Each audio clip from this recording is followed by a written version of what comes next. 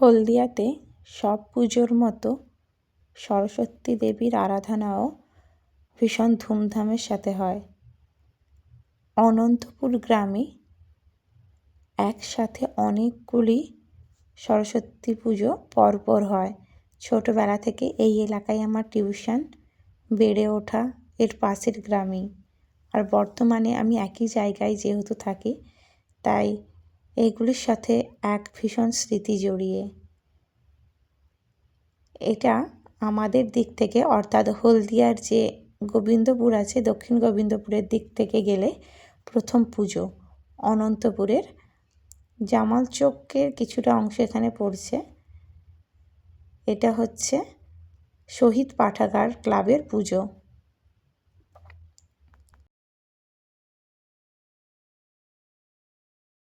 এরপরে আমরা চলে এলাম পরের পুজোতে। পাশেই এর প্যান্ডেল, একটা প্যান্ডেলের মাইক আর একটা প্যান্ডেলের মাইকের সঙ্গে রীতিমতো যুদ্ধ করছে এখানে। প্রত্যেকটি প্রতিমা খুব সুন্দর হয়েছে। আমরা বেরিয়েছি বিকেলে, পুষ্পাঞ্জলি দেওয়ার ঝামেলা থাকে, তাই সকালে আর বেরোনো হয় না, যেহেতু সংসারের চাপ থাকে তো তাই। আর না হলে যখন আমরা স্টুডেন্ট ছিলাম, এই সংসারের জোয়াল কাঁধে আসেনি, তখন আমরা দিনের বেলাতেই ঘুরতাম এই এলাকাগুলোতে। সরস্বতী পুজোর অনুষ্ঠানটা দিনের বেলাই আমাদের জন্য তখন এক ভীষণ উৎসাহের ছিল। এটা আরও একটি পুজো প্যান্ডেলে চলে এলাম। এটা সাথী ক্লাবের পুজো প্যান্ডেল। বর্তমানে এই পুজোটা দিনকে দিন ছোট হতে হতে একটু বেশি ছোট হয়ে যাচ্ছে, কারণ যে পরিমাণে আমরা ছোটোবেলায় দেখতাম যে সাথী ক্লাবের পুজোটা বিশাল ধুমধামের সাথে হতো। আবার চলে এলাম পরবর্তী পুজো প্যান্ডেলে। এখানে এসে দেখছি প্যান্ডেলটাতে একদম হাতে তুলি রং দিয়ে সেজে উঠেছে, একদম হাতে আঁকা ছবির মাধ্যমে। কিন্তু এর মণ্ডপটায় সে সজ্জা একটু সুন্দর যতটা লেগেছে, তার সাথে সামঞ্জস্য রেখে হয়েছে প্রতিমাটা। প্রতিমাটা ভীষণ সুন্দর, একবার দেখি সবাই। ভীষণ সুন্দর। আমার ক্যামেরাতে হয়তো অতটা সুন্দর আসছে না, কিন্তু সামনাসামনি দেখলেই এই প্রতিমার আসল যে মহিমা বোঝা যাবে।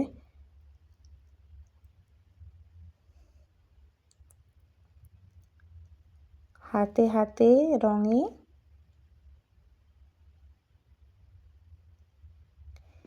পুরো মাটির প্রতিমা, মাটির কালার করে কি সুন্দর তৈরি করেছে, পুরো একদম আলাদা কনসেপ্ট।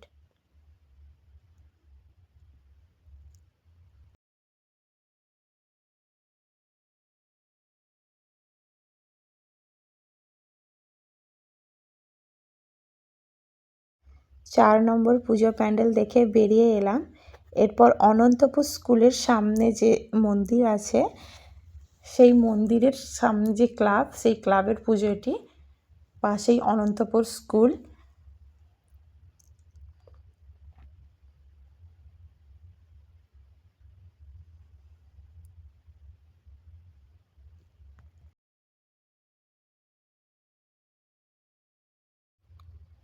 ক্লাস 5 থেকে স্যারের কাছে যখন টিউশন পড়তাম, এই এলাকার এই মাঠটা অনেক পরিচিত।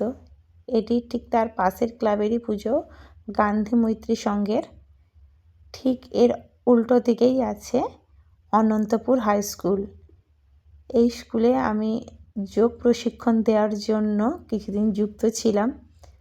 বর্তমানে আমি যেহেতু যোগের ক্লাসটা বন্ধ রেখেছি, তাই আর আসা হয়ে উঠছে না ক্লাসে।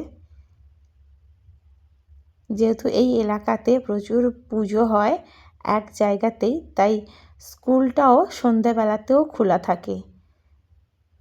অন্যান্য স্কুল যেমন ঢুকতে দেয় না এই সময়, কিন্তু এই এলাকাটার পুজোর জন্য স্কুলের প্যান্ডেলটাও খোলা থাকে।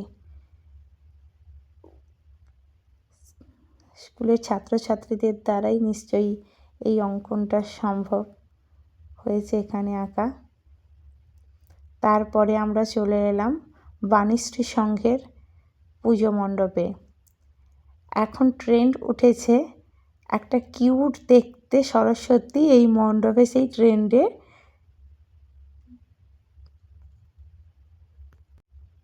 মৃৎশিল্পী গা ভাসিয়েছে। এই প্রতিমাগুলো একটু আলাদা রকম, এখন খুব সুন্দর লাগে দেখতে, একদম একদম শিশুর এক মুখের ছাপ বসানো, কি কিউট লাগে এই মূর্তিগুলো। তমলুকের প্রথম কালী মূর্তিটা দেখেছিলাম, খুব সুন্দর লেগেছিল, এরকম কিউট। তারপরেই দেখছি এই কনসেপ্টে এখন খুব মানে এই প্রতিমাগুলো হচ্ছে। বাণীশ্রী সংঘের মণ্ডপটা খুব সুন্দর লেগেছে,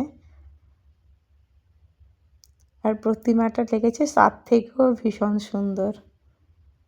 এরপরে আমরা আছি শ্রীকৃষ্ণপুরের দিক থেকে, যেটা প্রথম পুজো, আর আমাদের দিক থেকে এটি লাস্ট পুজো পড়ছে, মানে গোবিন্দপুরের দিক থেকে যারা আসছো তাদের এটা লাস্ট পুজো মণ্ডপ।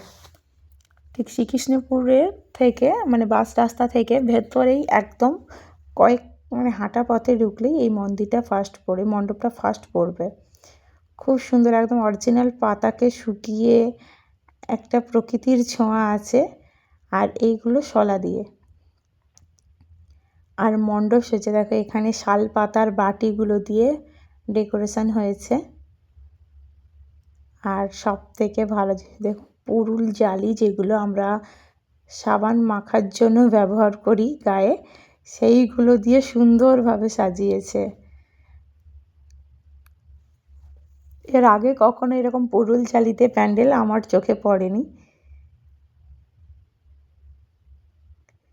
প্রতিমা যে মূর্তিটি অসাধারণ সুন্দর হয়েছে এখানেও।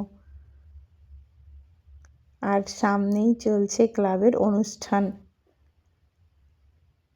আমরা একটু সন্ধে হওয়ার আগেই বেরিয়ে গেছিলাম, সবে মাত্র লাইট জ্বলেছে মণ্ডপগুলিতে। আর এই দিকটিতেই চলছে ক্লাবের অনুষ্ঠান।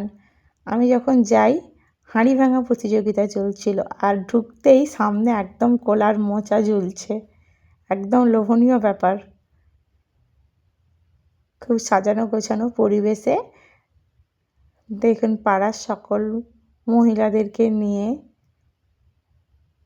কিংবা সর্বসাধারণ নাকি জানি না, কিন্তু মহিলাদেরকেই বেশিরভাগ দেখলাম, তাই মনে হলো মহিলাদের খেলাই হচ্ছে। হাঁড়ি ভাঙা প্রতিযোগিতায় কিন্তু টিন বসিয়েছে, বারবার হাঁড়ি চেঞ্জ করতে যাতে না হয়। এটা হচ্ছে ক্লাবের স্টেজ। আর বেরিয়ে আসার সময় ফুলগুলো একদম মন কাড়লো।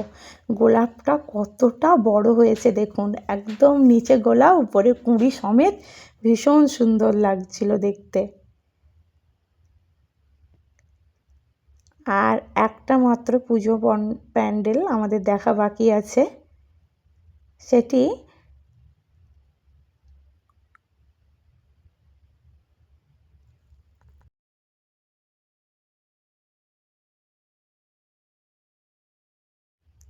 হলো এই প্যান্ডেলটি।